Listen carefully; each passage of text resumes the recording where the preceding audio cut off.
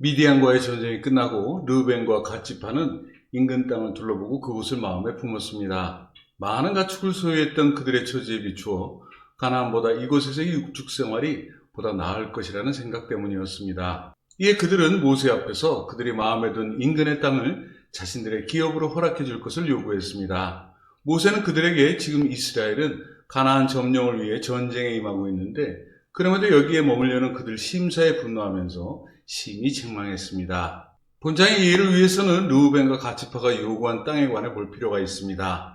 그들이 요구한 땅은 소위 트랜스 요르단이라는 곳으로 그곳은 가나안 밖에 위치한 곳이었습니다. 그렇다면 그들은 하나님께서 그들의 조상 아브라함과 이삭과 야곱에게 약속하신 땅으로서 가나안에는 별반 관심을 두고 있지 않았다고 볼 수 있습니다. 결국 하나님의 말씀에 귀 기울이지 않고 모든 것을 그들의 생각과 판단에 의지하고 있었던 것입니다. 이들이 비록 하나님 말씀을 무시하고 그들 생각대로 자신들이 선택한 땅에 머물고자 했지만 그럼에도 하나님의 계획과 역사는 바뀔 수 없었습니다. 이렇게 급작스런 르우벤과 갓지파 요구에 요단강을 건너 가나안을 향했던 이스라엘의 계획은 차질이 생길 수밖에 없었습니다. 정탐꾼 사건에서와 마찬가지로 그들은 가나안에는 별로 관심을 두고 있지 않았습니다. 모세는 이 사건을 화제 삼아 그들을 맹렬히 책망했습니다. 피를 나눈 형제지간으로서 르우벤과 갓은 그들의 욕심과 이해만을 따지고 드는 비열한 혈육이었다고 볼 수 있습니다. 모세의 책망에 일말 양심의 가책을 느꼈던 때문인지 그들은 모세와 이스라엘 앞에 가나안 정복을 완수할 때까지 이곳으로 돌아오지 않겠다고 선언했습니다. 모세는 이 같은 그들의 제안을 수용하고 그들의 요구대로 트랜스 요르단 지역을 그들의 소유로 분배했습니다. 그들이 모세에게 다짐한 것은 가나안을 점령함에 있어 최전방에 나가서 싸우겠다는 것이었습니다. 본래 르우벤과 갓지파는 광야에서 진군할 때 두 번째 그룹에 속했으나 이처럼 최전방에 서겠다고 다짐하고 있는 것을 보면 그들 마음에 든 이 지방이 얼마나 풍요로웠는지를 눈여겨볼 수 있습니다. 그렇지만 그들이 마음에 두고 있었던 이 지역은 당시 그들 생각처럼 많은 가축을 돌보기에 비옥한 땅으로 보였는지는 모르겠지만 이후 그들 후손은 이곳의 지리적 조건 때문에 헤아릴 수 없는 이방의 침략에 끊임없이 시달려야만 했습니다. 그 중에서 군사적 요충지 길르앗의 고난이 가장 심했습니다. 르우벤과 갓지파는 가나안 정복에 참여하지 않는다는 것은 하나님의 약속을 무시하는 범죄임을 잘 알고 있었습니다. 나아가 그 죄는 그러한 하나님의 약속을 믿고 그 명령대로 준행하고 있는 다른 이스라엘 지파에게도 씻을 수 없는 배반이었음을 잘 알고 있었습니다. 이에 모세는 르우벤과 갓이 처음 그들이 품었던 생각과 같이 이곳에 머물러 가나안 정복에 참여하지 않는다면 강제로 요단강을 건너게 할 것임과 또 그들이 요구한 땅을 분배하지 않을 것임을 명확히 했습니다. 이때 므낫세 지파의 반이 나서는데 그들은 당시 길르앗과 바산을 취하고 그곳에 아모리인을 쫓아내는데 결정적인 공을 세웠습니다. 모세는 이를 참작하고 므낫세 지파의 반에게 그들이 정복한 땅을 분배했습니다. 참고로 여기서 바로 새겨둬야 될 것은 이 기록은 앞뒤 기사와 연결성이 없는 기사라는 것입니다.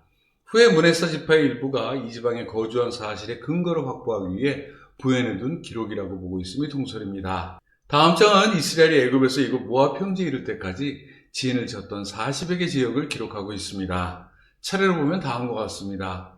첫 번째 진을 친 장소와 그곳에서 일어났던 중요한 사건까지 덧붙여주고 있습니다. 두 번째 부분은 진을 친 장소만을 기록하고 있는데 이것들은 민수기에서는 볼 수 없었던 장소들입니다. 세 번째는 첫 번째와 마찬가지로 장소와 사건을 동시에 기록하고 있습니다. 본장은 출애굽기와 민수기에 나타난 주요 지역을 요약해 보여주고 있는 기록입니다.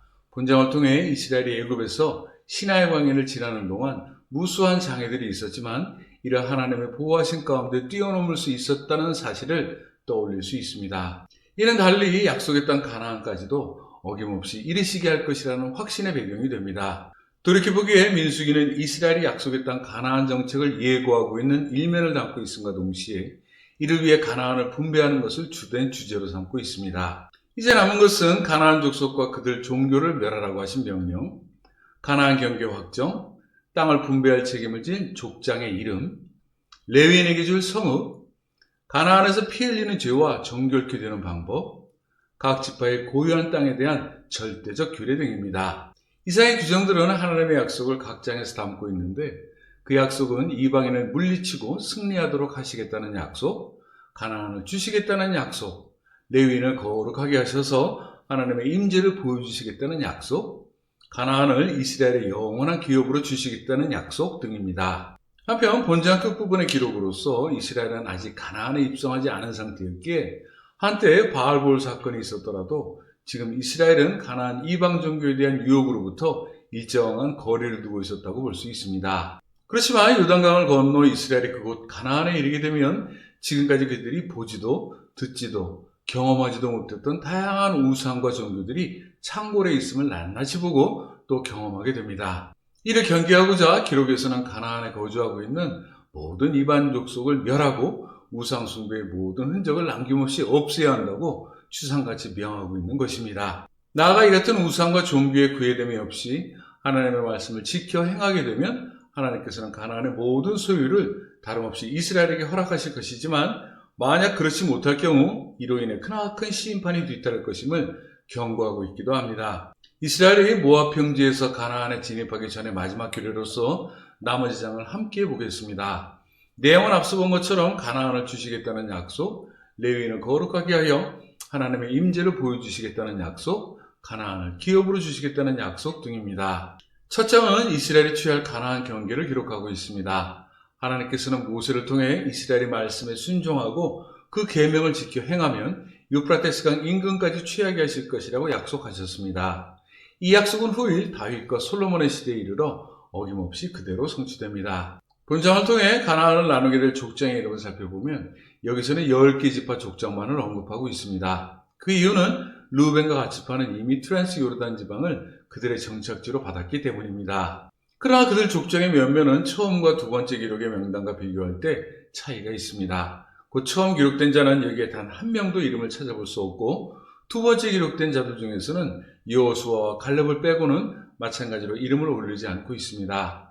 하나님께서 말씀하신 바 그대로 악한 세대는 모두 시나이 광야에서 죽은 것으로 봅니다. 다음 장은 레위 지파의 기업, 살인자에 관한 규례, 피 흘림에 관한 규례 등을 다루고 있습니다. 차례대로 레위 지파는 이스라엘을 대신해 하나님을 거룩하게 할 목적으로 특히 제사 집전을 위해 선택되었습니다. 따라서 다른 지파들은 레위인의 생활을 분담해 책임져야 했습니다. 본장은 이 같은 규례에 따라 각 지파의 땅에서 일정 부분의 땅을 captur해 레위인에게 줄 것을 명하고 있습니다.